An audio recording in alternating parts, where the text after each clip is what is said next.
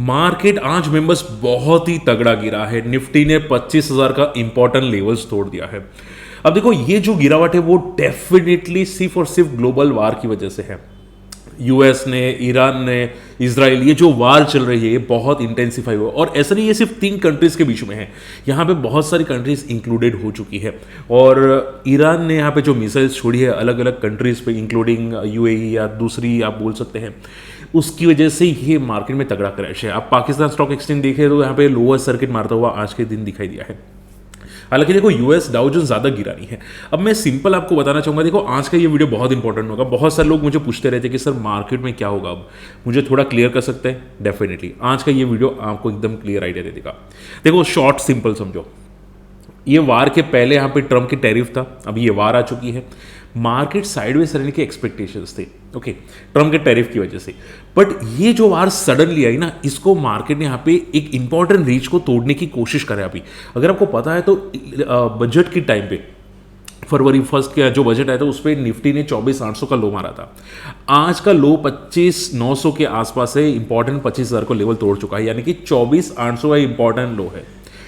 अब ध्यान से सुनेगा, मार्केट ने जब यहाँ पे ट्रम्प की टैरिफ निकल चुके थे, आपको पता होगा एक सडनली न्यूज आई थी बजट के बाद, तब यहाँ पे मार्केट 2600 या 26,200 तक गया था। बजट के दिन 24,800 गया था। तो ये बहुत बड़ी रेंज थी। मार्केट को अगर कोई अच्छी डायरेक्शन में मोमेंटम करना है तो ये रेंज तोड़नी पड़ेगी।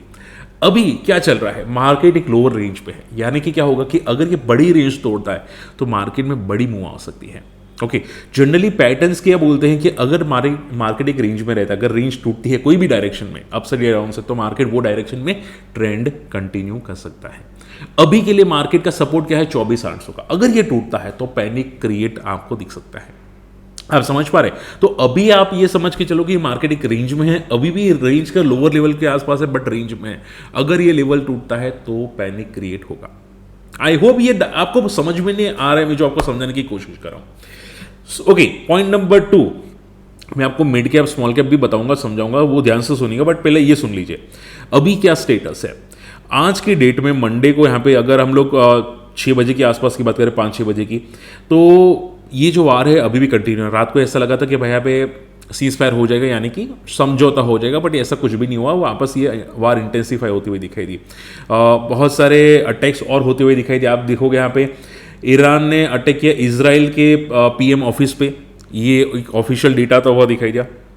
उसके अलावा पाकिस्तान स्टॉक एक्सचेंज 10% गिरा, जो आप यहाँ पे पढ़ सकते हैं। इसके अलावा अगर आप ध्यान से देखोगे तो ईरान ने यहाँ पे यूएई के एक सिटी पे हमला किया है, जो है रेस आर खीमिया करके है। आई एम श्योर शायद कोई ना कोई जानता होगा, दुबई के। तो ये जो सिटी है वहाँ पे हमला होता हुआ दिखाई दिया है, और ये ड्रोन स्ट्राइक होते हुए दिखाई दी है। सो वार और इंटेंसिफाई हो रही है। और इवन कुवैत ने तो ये बोला है कि हम लोग काउंटर अटैक करेंगे, यानी कि ये शांत यहाँ पे नहीं रहने वाला, ये काउंटर अटैक करने वाले हैं। तो देखो शॉर्ट एंड सिंपल में जनरली वार क्या होता है, या तो बहुत लंबी चलती है रशिया यूक्रेन की, या फिर 1-2 महीने के अंदर खत्म हो जाती है।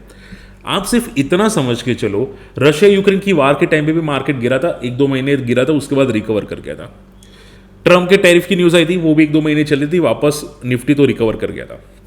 ये वार की न्यूज सडनली आई है, 1-2 महीने रह सकता है, ब्रेकडाउन में भी कर सकता है, बट हो सकते वापस रिकवर कर जाए। भले ये वार लंबी चले, बट वापस चांसेस है रिकवर कर सकते हैं मार्केट। आई होप आपको ये चीजें क्लियर, आपको आइडिया आती हुई दिखाई दी है। ओके, इसके अलावा आपको ध्यान में क्या रखना है, आप ध्यान से समझो। मैंने इंपॉर्टेंट डेटा तो मेरी टेलीग्राम चैनल में अपडेट किए थे कि कौन कौन सी कंपनी को इंपैक्ट पड़ सकता है ये वार की वजह से। आप डेफिनेटली टेलीग्राम चैनल को ज्वाइन कर सकते हैं, लिंक आपको वीडियो के डिस्क्रिप्शन कमेंट्स में मिल जाएगा। अब सबसे ज्यादा जो इंपैक्ट होता हुआ दिखाई दिया आज के दिन के अंदर अदानी पोर्ट था, 6% गिरा। क्यों? क्योंकि उनका हाइफा पोर्ट, बंदर का बोलते हैं ना हम लोग, जो लैंग्वेज होती है, सी पोर्ट एक इजराइल में है अदानी का, उसकी वजह से वहाँ पे इंपैक्ट होता हुआ दिखाई दिया है। वहाँ पे इनका रेवेन्यू कम हो जाएगा, इसकी वजह से वो भी गिरता हुआ दिखाई दिया। और अदानी पोर्ट अभी आई थिंक रिसेंटली 52 हाई पे था।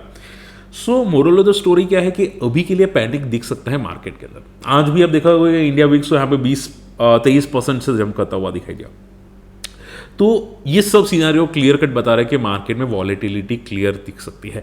बस आप ये समझ के चलो, अगर लेवल टूटा तो थोड़ा और नीचे लेवल आएगा, दूसरे सपोर्ट पे आएगा। अगर मान लो मार्केट 24,800 का लेवल टूटा तो अगला सपोर्ट क्या है, साइकोलॉजिकल लेवल 24,000, और 22,000 का एक इंपॉर्टेंट सपोर्ट निफ्टी का दिखाई देता है। ये दो बड़े सपोर्ट है अगर वार और इंटेंसिफाई होती है तो अभी के लिए। हालांकि 2 महीने के बाद वापस नॉर्मल हो जाएगा, बट आपको देखो अगर म्यूचुअल फंड में कुछ भी ध्यान में रखने के सर म्यूचुअल फंड कौन से लेवल पे ऐड करे, कब ऐड करे, तो मुझे कमेंट कनेक्ट कर सकते हैं। यहाँ पे ईमेल आईडी आपको प्रोवाइड दी गई है या मेरा कॉन्टैक्ट नंबर भी आपको दिया गया है कमेंट के अंदर, आप जाके चेकआउट कर सकते हैं, कमेंट कर सकते हैं। ओके, सो बस ये मोटा मोटा सीनारियो है। अब फटाफट बात करते हैं यहाँ पे दूसरी कंपनीज के अंदर जो आज पॉजिटिव होती हुई दिखाई दी। आप देखोगे डिफेंस आज पॉजिटिव थी, तेजस नेटवर्क पॉजिटिव था।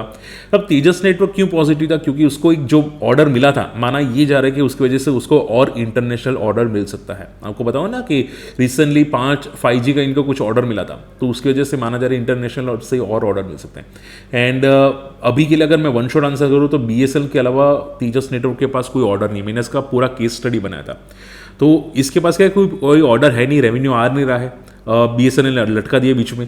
अब अगर और कहीं से ऑर्डर मिलेंगे तो चांसेस ये बढ़ सकता है। तो आप ये समझ के चलो, मैं ऐसा नहीं रिकमेंडेशन बिल्कुल भी नहीं कर रहा, बट आप ये समझ के चलो कि अगर इनकी ऑर्डर बुक वापस 3,000-4,000 करोड़ आ गई ईयरली बेसिस पे तो नॉर्मल हो जाएगा। आप समझ पा रहे? तो ये ध्यान में रखना है कि इसकी ऑर्डर बुक कितनी है। इसके अलावा गिफ्ट निफ्टी का सपोर्ट देख लो। यहाँ पे गिफ्ट निफ्टी का चार्ट दिखाई दे रहा है, जहां पे सपोर्ट है गिफ्ट निफ्टी का 24,800 के जो इलेक्शंस बजट का था। उसके बाद अगर ये टूटता है तो सीधा 50 मूविंग एवरेज पे टेस्ट होगा जो है 22,000 के आसपास। बट ये कब होगा? मार्केट में पैनिक्स बढ़ते हैं तो, ठीक है। अभी के लिए सपोर्ट के आसपास है, मैं आपको डराता नहीं हूं, बट सपोर्ट के आसपास है, थोड़ा कॉशियस रहने की कोशिश करना। इसके अलावा गोल्ड एंड सिल्वर की अगर मैं बात करने जाऊँ तो गोल्ड स्पॉट US डॉलर्स, हम लोग US डॉलर्स की सबसे बात करें तो गोल्ड स्पॉट ने ब्रेकआउट वापस कर दिया है। अगर आप रेंज देखोगे तो 5,200 एक तगड़ा रेजिस्टेंस था, वो ब्रेक हो चुका है। अब जब तक $5,200 पे है, उसके ऊपर है, आप चार्ट यहाँ पे देख सकते हैं, तब तक ये पॉजिटिव हो चुका है। अब देखो वार कब होने वाली थी ये कोई नहीं बता सकता था। अगर नहीं होती तो गोल्ड वापस गिर जाता, क्योंकि मार्केट में ऑलमोस्ट नॉर्मलाइज हो चुका था। तो ये वार हुई, इसकी वजह से गोल्ड वापस बाउंस बैक किया और हो सकता है ये शायद लाइफ हाई को भी वापस एक बार ब्रेक कर ले। बट $5,200 के ऊपर है तब तक पॉजिटिव है। सेम सिल्वर के अंदर, सिल्वर भी यहाँ पे आप देखोगे $90 को क्रॉस कर चुका है। अब जब तक $90 के ऊपर है तब तक पॉजिटिव। एक छोटा रेजिस्टेंस है सिल्वर के अंदर जो है $100 का US डॉलर्स, वो टूटता है, उसके बाद वापस से ट्रेंड कंटिन्यू दिख सकता है। ओके, एंड स्मॉल कैप की बात करने जाए, हालांकि देखो मिड कैप का सपोर्ट अभी भी है, बट स्मॉल कैप ने इंपॉर्टेंट सपोर्ट तोड़ा है। हालांकि स्मॉल कैप बहुत वॉलेटाइल होते हैं, हम लोग डिस्कस कर चुके हैं, बट स्मॉल कैप ने आज की मोमेंटम को देख के यहाँ पे इंपॉर्टेंट बहुत सारे लेवल्स स्मॉल कैप ने तोड़े हैं। मिड कैप अभी भी पॉजिटिव पे है। सो देखो ये समरी थी। कल होली है, एंजॉय करना, हैप्पी होली। एंड मार्केट में देखो थोड़ा पैनिक रहेगा। ये वार, जैसे कि मैंने बोला, कि जब तक ट्रंप है तब तक तो कुछ ना कुछ नाटक चलते रहेंगे।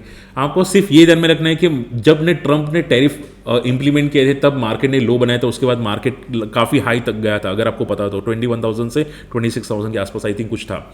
उसके बाद बजट आया, बजट के टाइम पे लो था, वापस हाई चला गया। अगर ये वार आ रही है, वार को हम की कोई लेती देती नहीं है, ये हमसे कोई लेना देना नहीं है वार का। ये टेम्पररी इंपैक्ट है। आप म्यूचुअल फंड का सोचो कि अगर नीचे मिलता है तो उल्टा बेनिफिटेड है आपके लिए म्यूचुअल फंड्स। आप समझ पा रहे हैं? ठीक है, तो अगर आपको म्यूचुअल फंड में यहाँ पे इंटरेस्टेड है, अकाउंट ओपन कर सकते हैं। अकाउंट ओपनिंग की लिंक वीडियो के डिस्क्रिप्शन कमेंट्स में मिल जाएगी। और देखो मैं अकाउंट ओपन करने के लिए नहीं, आपके लिए दिल से बता रहा हूँ, मार्केट सपोर्ट अगर आता है तो बाउंस बैक करेगा ही करेगा। रिलैक्स रहो, पैनिक मत करो मार्केट के अंदर। आप भी जानते हैं, मैं भी जानता हूँ कि ये वार टेम्पररी है, थर्ड पार्टी वार है और मार्केट वापस नॉर्मलाइज हो जाएगा। ओके, मिलते अगले वीडियो में, बाय।